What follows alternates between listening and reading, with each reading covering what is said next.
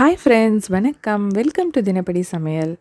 இன்றைக்கி நம்ம என்ன பார்க்க போகிறோன்னா, ரொம்ப அட்டகாசமான ஒரு ஸ்நாக்குன்னு சொல்லலாம், இல்லை ஒரு ஈஸி டின்னர் ரெசிபி சொல்லலாம், இல்லை கிட்ஸு ஃபேவரட் ரெசிபி சொல்லலாம். ஏன் பெரியவங்களுக்கு கூட ரொம்பவே பிடிக்கும். இதுக்கு பேர் வெஜ் பாக்கெட். ஏன் அப்படி சொல்கிறேன்னா, இதில் நிறைய காய்கறிகள்லாம் கோதுமை மாவில் சப்பாத்தி மாதிரி பண்ணி அதில் ஸ்டஃப் பண்ணி செய்கிறதுனால ரொம்பவே டேஸ்டியாகவும் இருக்கும், ரொம்ப ஹெல்த்தியாகவும் இருக்கும். இதுக்கு தேவையான பொருட்கள் டிஸ்கிரிப்ஷன் பாக்ஸ்லேயும் டீட்டெயிலாக கொடுத்துருக்கேன். இப்போ வாங்க இது எப்படி பண்ணுறது பார்க்கலாம்.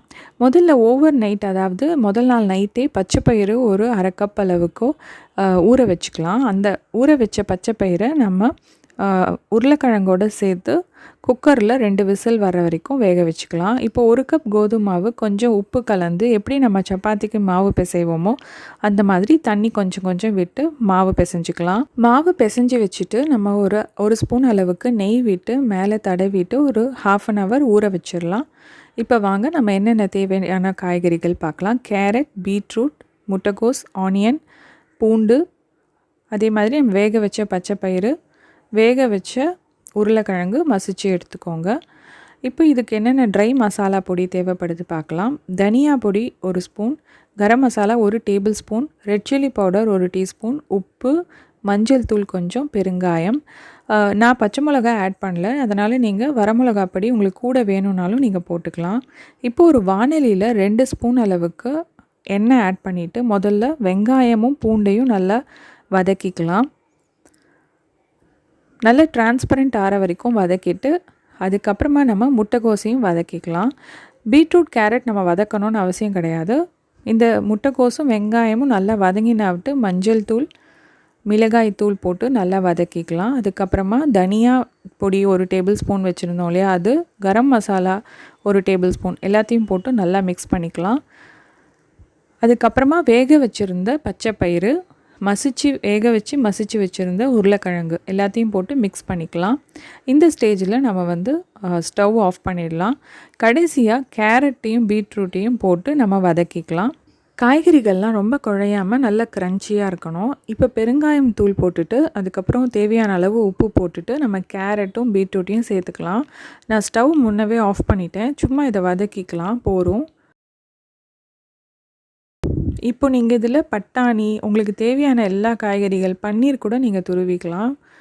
இப்போ நம்ம எப்படி சப்பாத்தி மாவு பிசைவோமோ அதே மாதிரி பிசைஞ்சு வச்சதை எடுத்து ஒரு 3 பாகமாக நான் எடுத்திருக்கேன். ஸோ இதில் 3 சப்பாத்தி பண்ண முடியும், அதாவது இந்த வெஜ் பாக்கெட் 3 வரும்.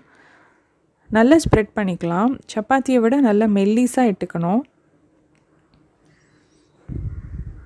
இந்த மாதிரி நம்ம நல்லா மெல்லிஸாக மாவு தொடச்சி இட்டுன்ட்டு நம்ம உள்ள ஸ்டஃபிங்கில் ஒரு 2 கரண்டி அளவுக்கு வச்சுட்டு நல்லா அதை அமுக்கி விட்டுக்கணும். அதுக்கப்புறம் 4 பக்கமும் நம்ம கவர் பண்ண வேண்டியதுதான். இது வெளியிலலாம் பிரிஞ்சு வராது, ஏன்னா நம்ம அது சப்பாத்தி கல்லில் தான் போட்டு எடுக்க போகிறோம். கல் சூடானதும் கொஞ்சம் எண்ணெய் ஸ்ப்ரெட் பண்ணிவிட்டு இதை நம்ம ஸ்டஃப் பண்ணி வச்சதை போட்டுட்டு 2 பக்கமும் நல்லா கோல்டன் ப்ரௌன் வர்ற அளவுக்கு நம்ம எப்படி சப்பாத்தி திருப்பி போடுவோமோ அதே மாதிரி வெயிட் பண்ணி பண்ணணும். இப்போ பார்த்திங்கன்னா நம்ம 2 பக்கமும் நல்லா கோல்டன் ப்ரௌன் ஆகிடும், பட் சைட்ஸ்லலாம் ஆயிருக்காது. ஸோ அதுக்காக ஒரு 2 கரண்டி யூஸ் பண்ணி நம்ம இந்த மாதிரி சைட்ஸ்லையும் கொஞ்சம் ஃப்ரை பண்ணிக்கணும்.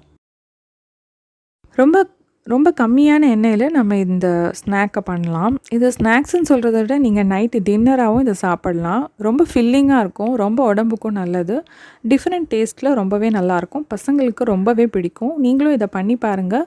இது எப்படி வந்ததுன்னு எனக்கு கமெண்ட் பாக்ஸில் கமெண்ட் பண்ணுங்கள். இந்த வெஜ் பாக்கெட்ஸை நம்ம நல்லா சூடாக டொமேட்டோ சாஸோட தொட்டுண்டு சாப்பிட்டா ரொம்பவே நல்லாயிருக்கும்.